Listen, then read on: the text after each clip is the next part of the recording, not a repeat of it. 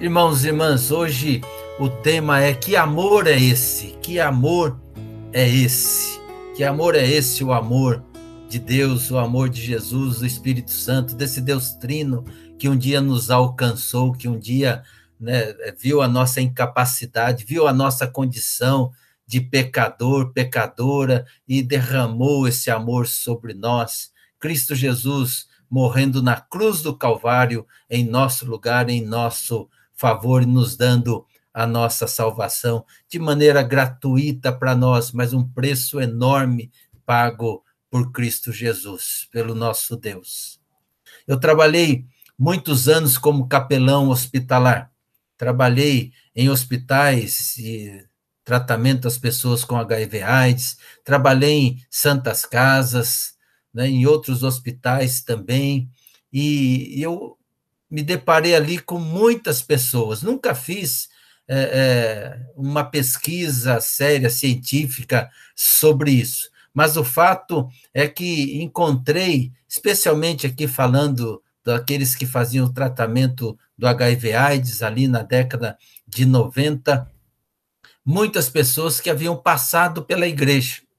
Muitas pessoas, mesmo nos outros hospitais, em outros tratamentos, que haviam experimentado ali crescer na igreja, aprendendo da palavra de Deus, mas que chegou um determinado momento da sua vida, abandonou. Chegou um determinado momento da sua vida, deixou de obedecer, deixou de fazer a vontade de Deus, deixou de experimentar essa alegria que só tem e só experimenta quem é de Jesus. Nós podemos usar o jargão aí evangélico, né? Deixou o primeiro amor, abandonou o primeiro amor.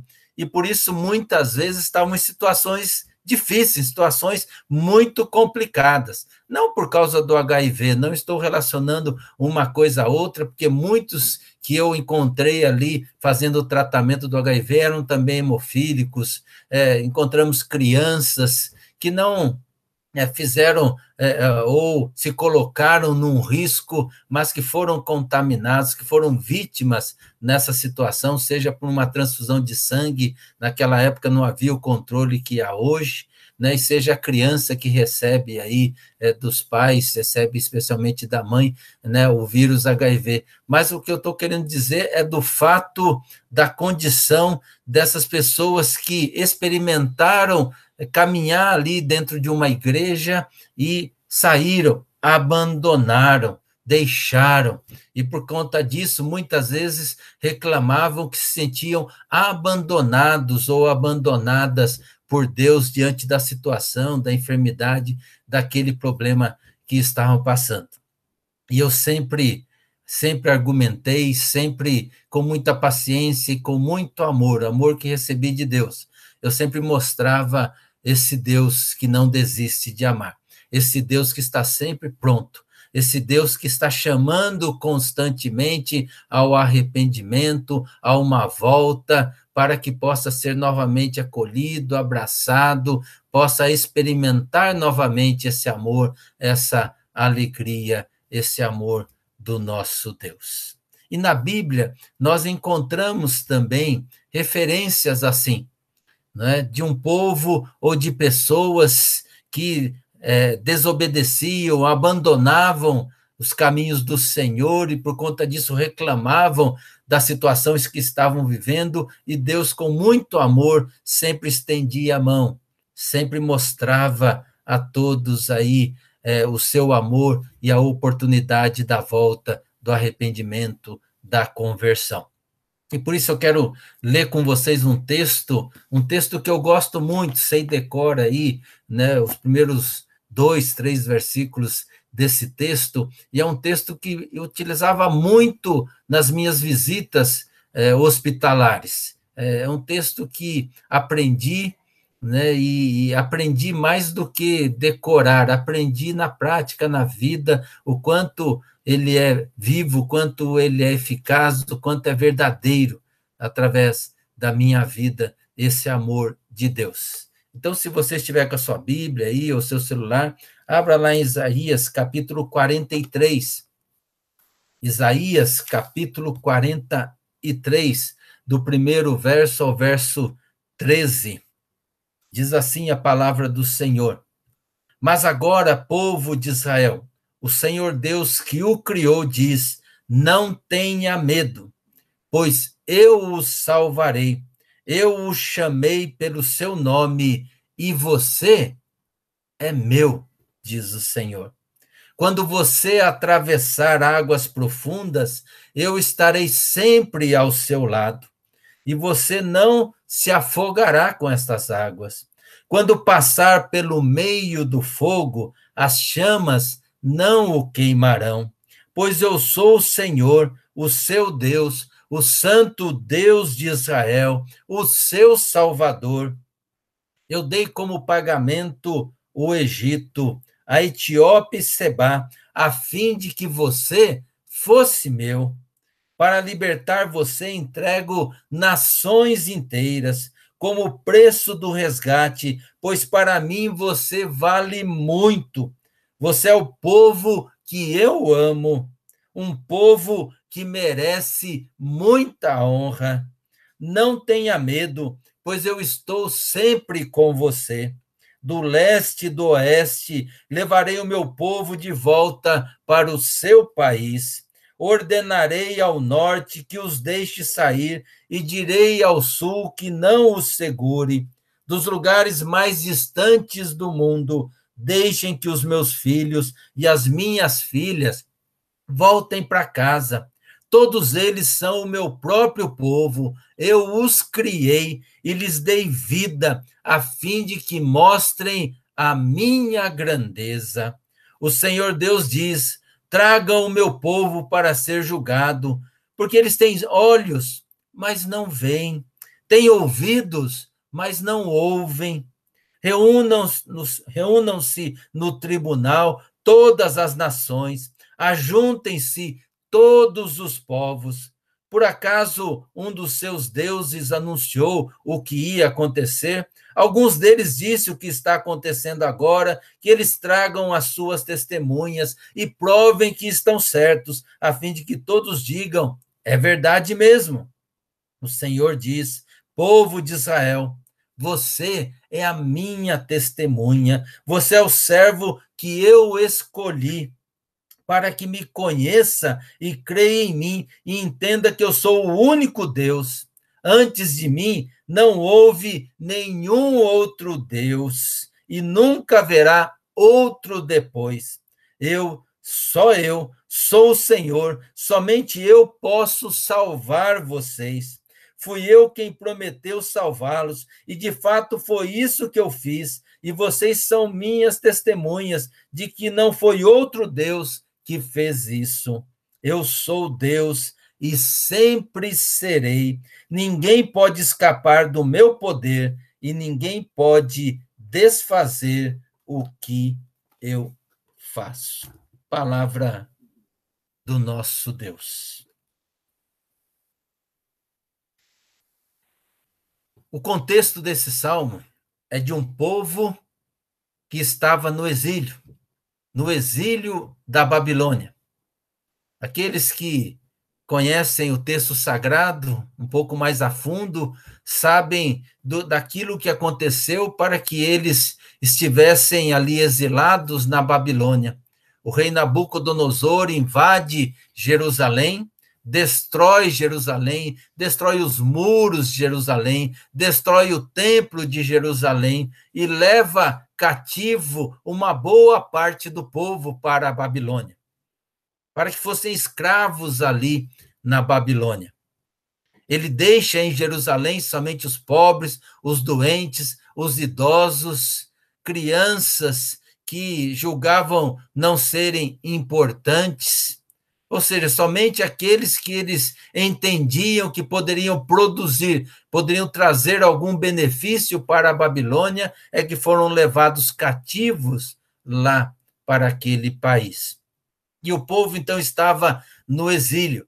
E ali no exílio estavam, então, sofrendo.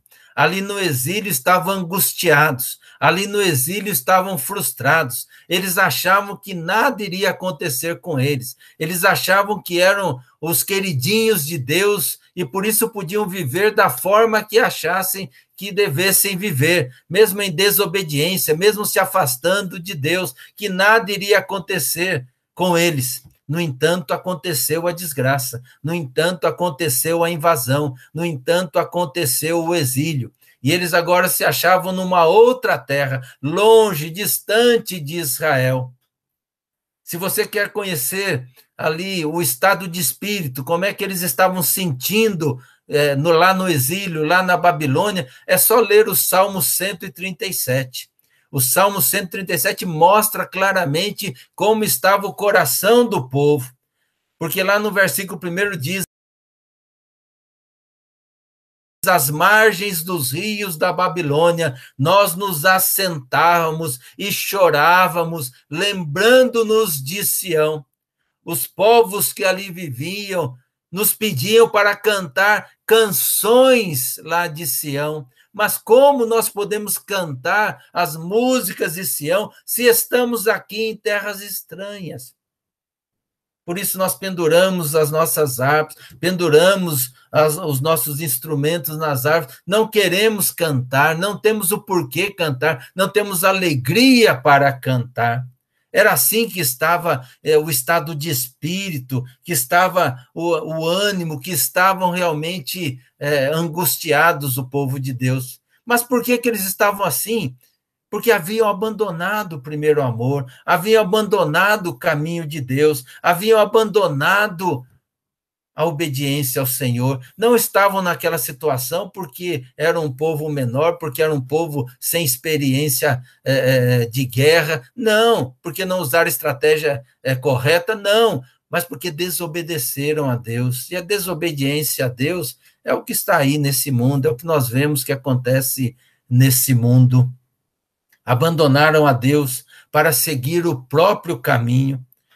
O profeta Isaías, então, é usado por Deus para falar ao povo e para mostrar algo muito importante ao povo, que existe esperança, que em meio à tragédia, à dor, o sofrimento, seja enfermidade, seja qualquer problema, há sempre uma esperança, que o nosso Deus é aquele que está no controle, é aquele que governa sobre tudo e sobre todos. E esse Deus, ele oferece sempre a oportunidade, que ele tem poder e poderia então resgatar Israel, trazer de volta Israel para Sião, para Jerusalém. Que a salvação só estava no Senhor, que a salvação só encontrava em Deus.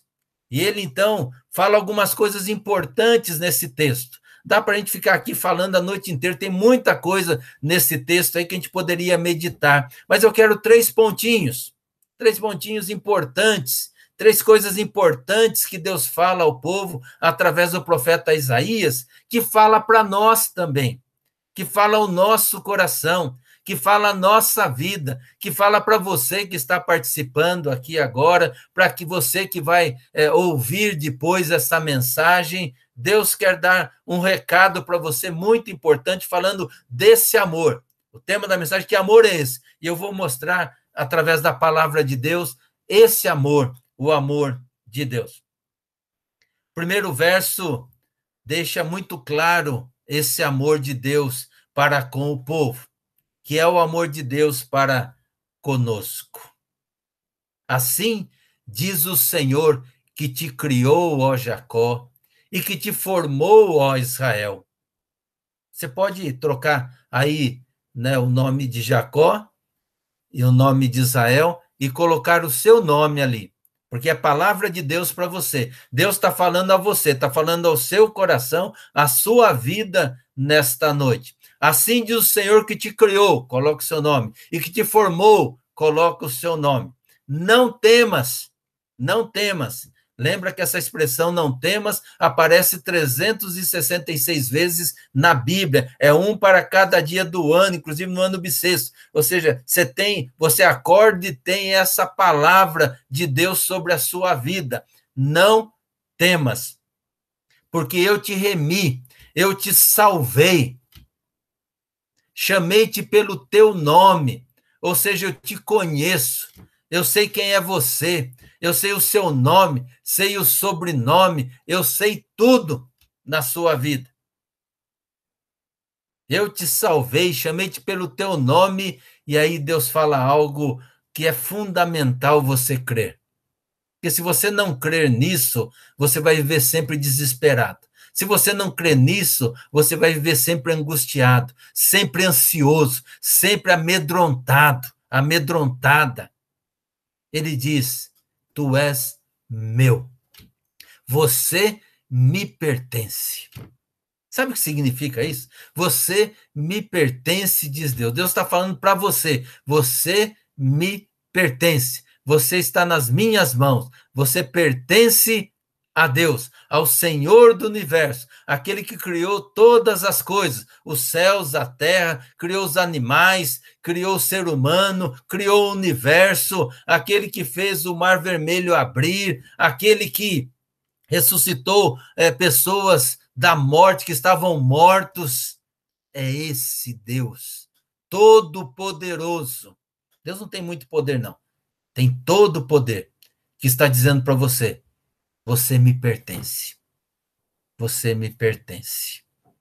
Apesar do pecado do povo, apesar da rebeldia do povo, apesar do descaso do povo, da incredulidade do povo, apesar de virar as costas para Deus, apesar de adorar, era o povo de Deus, mas ele fazia isso, infelizmente, de adorar outros deuses. Deus diz ao povo, Deus faz essa declaração de amor ao povo: eu te salvei, chamei-te pelo teu nome e você me pertence. Você me pertence. Não adianta fugir, não adianta querer correr, não adianta querer me abandonar. Eu sempre estarei com você. Eu te amo. Você me pertence. Sempre estarei ao seu lado. Quando você clamar, eu estarei aqui. Quando você se arrepender dos seus pecados, eu estarei sempre com os braços abertos para te perdoar. Deus está falando isso conosco hoje. Deus está falando com a nossa vida, com aqueles que muitas vezes obedecem, com aqueles que vivem em muitos momentos da sua vida como se Deus não existisse. Não adianta fugir, se esconder, não adianta ficar aí virando as costas ou o rosto para Deus. Ele sempre vai te amar. O amor de Deus não diminui um milímetro sequer, apesar da nossa desobediência, da nossa infidelidade. E ele está sempre esperando esse retorno, sempre com os braços abertos. Ele é aquele pai da parábola lá do filho pródigo. Aquele pai que olha lá para a porteira, que olha lá para a estrada, sempre esperando a volta do filho, sempre aguardando com ansiedade a volta do filho, sempre com os braços abertos para acolher, para amar, para perdoar. Não adianta ficar com a síndrome de Jonas aí, querendo fugir constantemente daquilo que Deus quer para a sua vida, daquilo que Deus deseja para a sua vida, daquilo que Deus fala para você abandonar, renunciar, para que você possa se entregar realmente nas mãos de Deus. Não adianta fugir, porque Deus é um Deus que ama e não desiste de amar. Ele sempre vai estar dizendo: você me pertence. Você me pertence. Deus vem atrás de nós. Deus quer sempre nos abençoar, quer sempre nos guardar, quer sempre nos ajudar. Nós que desviamos, nós que viramos as costas, nós que queremos trilhar o próprio caminho. Mas Deus está sempre querendo salvar. Jesus não morreu na cruz do Calvário à toa, não. Jesus morreu porque ama, porque quer salvar, quer perdoar, quer libertar. Você é dele. Você pertence a Deus. Por isso que Jesus não é um objeto qualquer, não é um refrigerante ou qualquer outra coisa, sabe, que é oferecida para você e você pega se quiser. Ele tem direito à sua vida. Tem direito à sua vida. Para muitos crentes, aqueles que se desviam do caminho do Senhor, aqueles que vivem aí no mundo, merecem ir para o inferno. Não tem salvação para eles. Deus não ama essas pessoas. Só que Deus ama, sim. Deus ama, sim. E Deus quer que eu, que você, que tem consciência desse amor de Deus, vá lá e fale isso para eles. Anuncie esse amor para eles. Mostre o quanto Deus ama, o quanto Deus se preocupa com a vida deles. Com Israel era assim. Israel abandonava, virava as costas, servia aos outros deuses, oferecia ali adoração para outros deuses. A história de Israel mostra claramente isso. É um caso de amor, porque Deus amando, amando, amando sempre, dizendo: tu és meu, e o povo em muitos momentos abandonando. Mas Deus continuando a oferecer esse amor. Que amor é esse? É esse amor que não desiste. É esse amor que olha, que vê ali a desobediência, que chora pelos seus filhos e filhas, que quer a salvação de todos. Embora muitas vezes ele é traído, ele é abandonado, é rejeitado, mas nunca desiste de amar. Nunca desiste de amar. Esse é o amor de Deus. Esse é o amor que nos alcançou. Esse é o amor que Deus oferece. É esse amor incondicional. Mas Isaías fala mais ao povo, mostra mais ao povo. Em todos os momentos eu estarei com vocês. Em todos os momentos. O verso 2 ele diz: quando passares pelas águas, eu serei contigo. Quando pelos rios, eles não te submergirão. Quando passares pelo fogo, não te queimarás, e nem a chama arderá em ti. Isto é amor. Isto é amor. Desobedeceu, abandonou, trilhou outro caminho, por causa disso caiu no buraco, por causa disso está aí na sarjeta, por causa disso está lá exilado, por causa disso está lá angustiado, por causa disso está lá sofrendo, não quis ouvir a voz de Deus, não quis obedecer a palavra de Deus, mas Deus diz: tu és meu, você me pertence, e eu estarei sempre com você em todos os momentos. Ainda que você passe por um vale de sombra e de morte, como diz o Salmo 23, eu estarei com você ali, sempre presente, cuidando de você, sustentando a sua vida, ainda que você não mereça, porque quem ama não é questão de merecimento, o amor de Deus não é um amor que impõe condições, ele ama incondicionalmente. Não importa se do lado de cá, do nosso lado, virá amor para com ele, ele continua amando. Para nós, às vezes, é difícil entender isso, porque nós vivemos aí essa época da meritocracia. Tem que merecer tudo, mas o amor de Deus excede isso, excede o entendimento. Eu ouço muitas pessoas zombarem, falarem: o cara fez um monte de coisa errada, aí agora se converte e está tudo bem, acabou tudo. Não, não acabou, ele vai colher as consequências. Se ele fez coisas que precisa ser julgado, condenado, vai ser e tem que ser julgado e tem que ser condenado, sim. Mas agora está debaixo da graça de Deus. E nem as cadeias, se ele for condenado ali, nem as cadeias da prisão o segura, porque ele é livre em Cristo Jesus.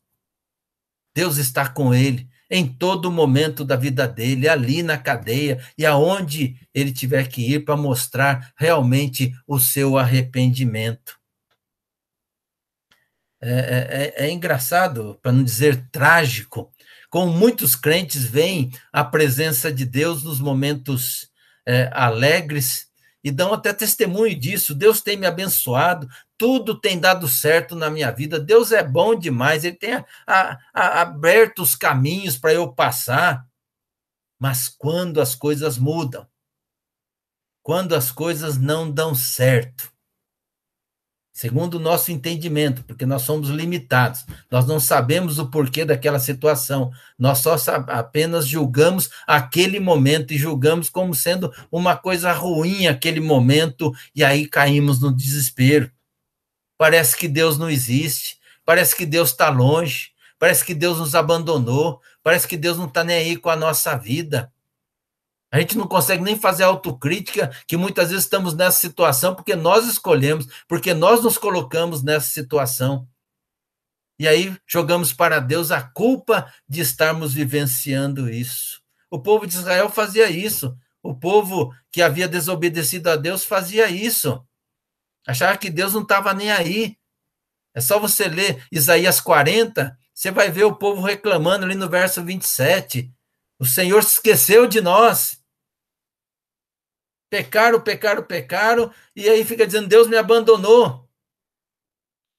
Deus não abandona jamais. Jamais. Ele continua olhando, preocupado, chorando, com os braços estendidos, sempre abertos para receber de volta, para te acolher, para te socorrer.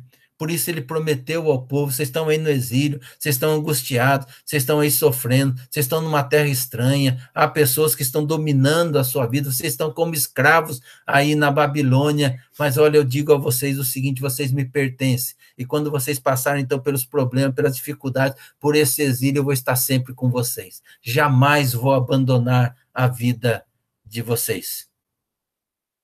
Porque se Deus não está conosco, nós estamos perdidos. Se Deus não está ao nosso lado, nós não aguentamos.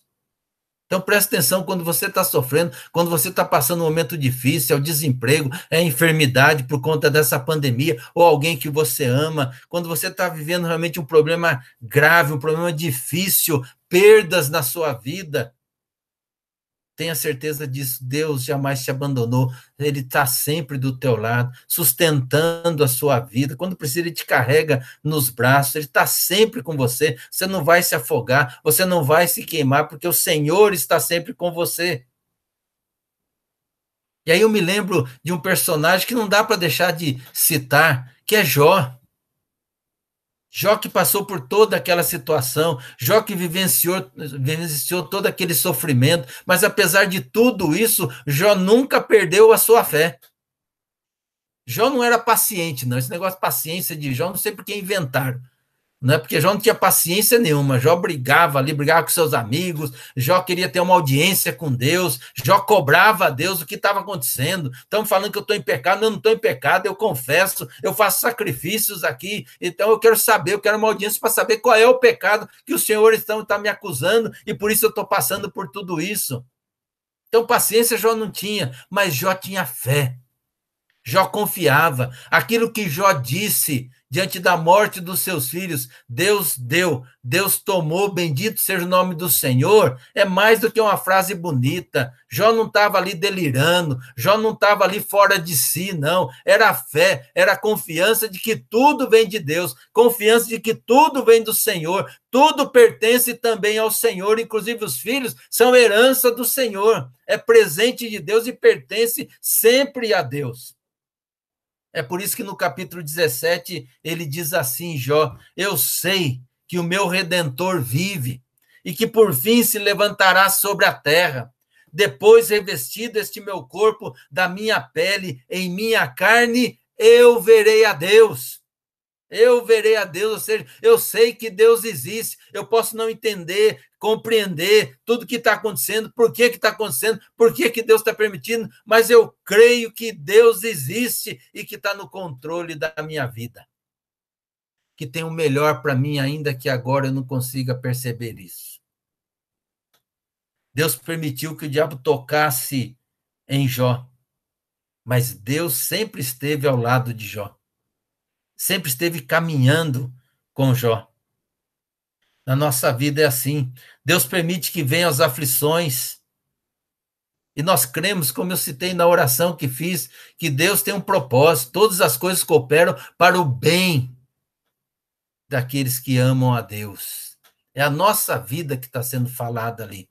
Não é das coisas. Muitas vezes nós ficamos preocupados em decifrar quais são as coisas que cooperam. Deus está falando da nossa vida.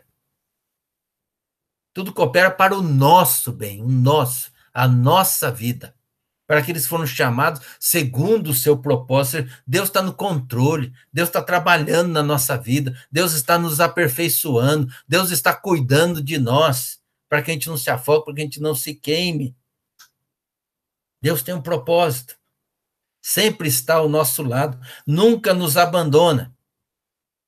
Está sempre conosco ali. Então nós passamos pelos rios de tribulação, sim, mas nós não nos afogamos. Passamos pelo fogo das dificuldades, sim, mas não nos queimamos, porque o nosso Deus sempre está conosco. Sempre está conosco.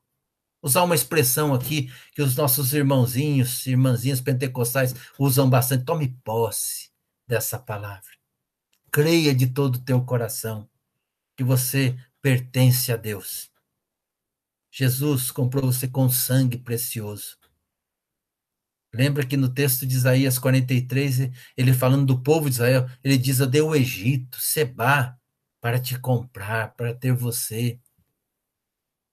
E nós sabemos hoje que Deus foi além em relação à nossa vida, porque ele deu o seu único filho para nos comprar com o sangue ali derramado na cruz do Calvário. Você pertence a Deus e ele está sempre ao seu lado. Sempre, sempre. Não deixe que as circunstâncias, não deixe que as coisas que estão ao seu redor ditem aquilo que você deve acreditar, mas que a palavra de Deus seja sempre o seu norte, o fio condutor da sua vida, porque é nela que nós encontramos palavras de vida, é nela que nós encontramos essa expressão do grande amor de Deus para conosco. E finalizando, uma outra expressão que nesse texto de Isaías 43 eu gosto muito, porque diz assim: visto que fostes preciosos, digno de honra aos meus olhos. Pensa bem, pensa bem, seja sincero, seja sincero. Nós temos aí essa honra. E Deus diz: olha, vocês são dignos de honra aos meus olhos. Vocês são preciosos. Pense em Israel. Era um povo incrédulo, um povo rebelde, pecador, injusto, desobediente. Não tinha nenhuma beleza, nem mesmo na sua terra. Israel, na maioria das vezes, fazia somente aquilo que desagradava a Deus. E Deus diz, está lá no verso 4, vocês são preciosos para mim.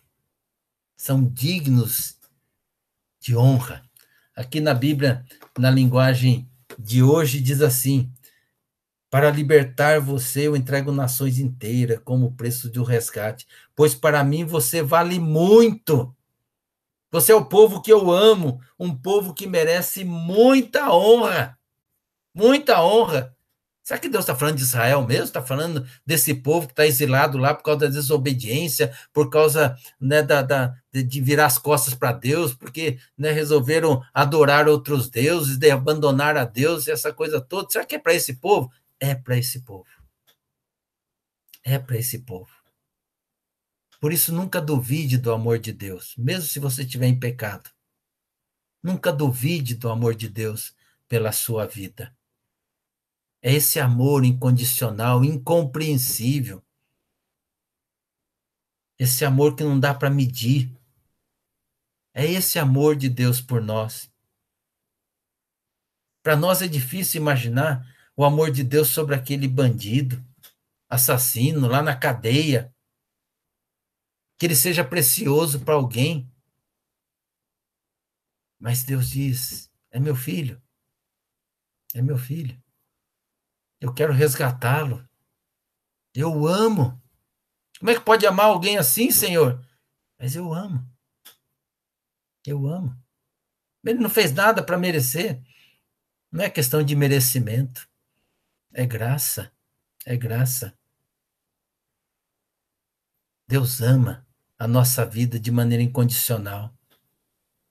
Para nós é difícil imaginar, né, aquela mulher prostituída, o homoafetivo, o morador de rua.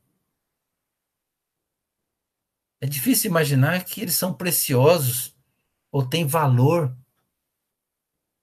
para alguém, para Deus tem. Para Deus tem. E para nós deve ter também. Que somos povo de Deus, raça eleita, nação santa, povo de propriedade exclusiva do Senhor, porque fomos comprados com o sangue de Cristo Jesus. Nós devemos manifestar esse amor de Deus para todas as pessoas. Mas falando a você agora, pode ser que você está passando por um momento que acha que não tem valor, que está aí desvalorizado, né, que as pessoas não têm reconhecido quem você é. Saiba que para Deus você tem muito valor. Que para Deus você é precioso, é preciosa. Você é digno de honra. Ele te ama. Por isso, irmãos e irmãs, não importa o que nós fazemos ou deixamos de fazer, não importa se pecamos ou não pecamos, Deus vai estar sempre pronto a nos receber, a nos perdoar, a nos tratar, sim, diante do pecado. Deus não é conivente com o pecado, não. Deus não passa a mão na cabeça diante do pecado, diante do erro. Deus corrige, porque Ele ama. Lá em Hebreus 12 diz que ele só corrige porque é pai, senão, né, não seria pai, e nós seríamos bastardos, não seríamos filhos. Ele nos ama. Deus quer que você saia desta live hoje, desta noite da esperança, se sentindo valorizado, que olhando para cima, levantando a cabeça, sabe, e dizendo: eu sou de Deus, eu pertenço a Deus, já não há mais nenhuma condenação sobre a minha vida, porque eu pertenço a Cristo Jesus, Ele me comprou com o seu sangue, eu pertenço a Deus, Ele está sempre ao meu lado. Eu sou precioso ou preciosa para o Senhor. Sou digno de honra. Deus quer que você saia realmente desta live olhando com os olhos fixos em Cristo Jesus. Que apesar do mundo que a gente vive, apesar das condições que a gente está vivendo, apesar das relações injustas que nós vivemos, há um Deus que está no controle e esse Deus te ama. Esse Deus diz: você é precioso, você é preciosa. Você é meu filho, é minha filha, para que você possa, então, testemunhar diante de todos. É isso que o texto também diz para nós ali. Vocês são dignos de honra, vocês são preciosos, vocês me pertencem, vou estar sempre com vocês, para que vocês anunciem isso a todas as pessoas, a todas as nações, para que todos possam me conhecer, conhecer esse amor e experimentar esse amor. Experimente esse amor. Não fique só de ouvir falar. Experimente esse amor. Se você que está me ouvindo, né, tá pensando aí, mas eu nunca experimentei esse amor do jeito que está sendo falado aí, nunca percebi esse amor, senti esse amor do jeito que está sendo falado aí, né? Eu ouço falar, estou sempre na igreja, ouço falar, mas não consigo experimentar esse amor dessa forma, com essa paixão. Então hoje eu digo para você: experimente, se entregue, sabe, se renda aos pés de Jesus, não tenha medo. Não tenha medo de ser amado. Muitas vezes temos medo de ser amado, porque o amor nos constrange. O amor, ele muda a nossa vida. O amor mexe com coisas que a gente não quer que seja mexida. Não tenha medo de ser amado por Deus, para que você possa então amar a Deus com todo o teu coração, com todo o teu entendimento, com todas as suas forças. Porque nós só podemos amar porque ele nos amou primeiro, disse o apóstolo João. Se entregue, se entregue. Experimente esse amor, viva com esse amor, acorde, sabe, amanhã pela manhã, acorde debaixo dessa palavra de Deus. Tu és meu, você me pertence. Quando passares pelas águas, eu serei contigo. Quando passar pelos rios, você não vai se afogar. Quando passar pelo fogo, não vai se queimar. A chama não vai arder em você, porque eu sou o Senhor teu Deus, o Santo de Israel, aquele que cuida da sua vida. Ou seja, você acorda pela manhã, aconteça o que acontecer nesse dia, sou mais do que vencedor. porque essa vitória está garantida em Cristo Jesus. Para Deus você é muito importante. Você é muito importante. Não estou aqui prometendo e dizendo que você não vai passar por lutas, por dificuldades, por enfermidades. Está aí a pandemia, está aí o Covid. Se cuide, faça a sua parte. Se cuide. Mas confie que acima de tudo isso há um Deus que te ama, que cuida da sua vida, que cuida da sua vida, que está sempre atento a tudo que se passa contigo. E esse versículo 13 diz ali, terminando: agindo eu, quem impedirá? Ninguém pode impedir o agir de Deus sobre a sua vida, sobre a minha vida, sobre a nossa vida, sobre a vida da igreja. Que Deus te abençoe, que a graça do Senhor esteja sobre a sua vida e você possa experimentar desse amor e viver a cada dia crendo nesse amor que te conduz, que te constrange, que te corrige, que te transforma e te faz uma pessoa melhor. Porque nós estamos aqui num processo de preparação para herdarmos a vida eterna com o Senhor. Deus vos abençoe.